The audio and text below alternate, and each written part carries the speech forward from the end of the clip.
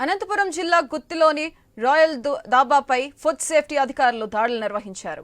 నాణ్యత ప్రమాణాలు లేని నిల్వ ఉంచిన మాంసాహారాలను, మసాలాలు, సోయా సాస్ బాటిళ్లను అధికారులు సీజ్ చేశారు.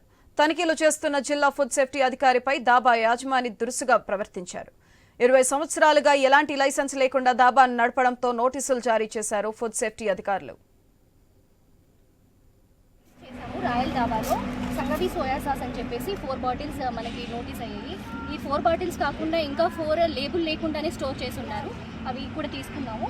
సో ఇవి చూసినట్టయితే మన మ్యానుఫ్యాక్చరింగ్ డేట్ ఒకటి 7/20/22. దీనికి బెస్ట్ బిఫోర్ 12 months ఉంటుందండి. అలాంటిది ఒక 2021లో మ్యానుఫ్యాక్చరింగ్ అయిన బాటిల్ కూడా మనకి ఇక్కడ అవైలబిలిటీలో ఉంది. సో స్టోర్ రూమ్లో ఇవన్నీ 4 బాటిల్స్ కూడా మనం సీజ్ చేసాము. యాజ్ పర్ యాక్ట్ దీనికి మనం జేసీ గారి దగ్గర ఫైల్ చేస్తున్నాము. సో యాజ్ పర్ ఆయన ఆర్డర్స్ అవన్నీ కేసు అంతా ఫైల్ చూసిన తర్వాత సార్ ఇంపోజ్ చేస్తారండి ఫైల్. ఇవాళ కలెక్టరేట్ నుంచి మనకి కంప్లైంట్ రావడం జరిగింది. రాయల్ డాబాలో కల్తీ జరుగుతుంది, ఆహారానికి సంబంధించి నాణ్యత లేదు అని చెప్పేసి. సో దాన్ని బేస్ చేసుకొని మనం ఇవాళ రైడ్ చేయడం జరిగింది. రాయల్ డాబా గుత్తి హైవే మీద, గుత్తి టు కర్నూలు హైవేలో సిచ్యువేటెడ్ అయింది అండి ఇది.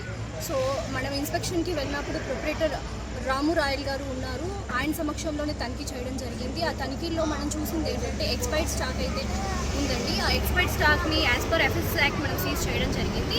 దాంతోపాటు ఫ్లైస్ ఎక్కువ ఉన్నాయి. ఆ ఫ్లైస్కి కంట్రోల్ చేయడానికి ఇన్సెక్టిక్యూటర్ కూడా అడాప్ట్ చేసుకోమని చెప్పాము. దాంతోపాటు హైజీనిక్ రిక్వైర్మెంట్స్ కూడా మీట్ అవ్వట్లేదు.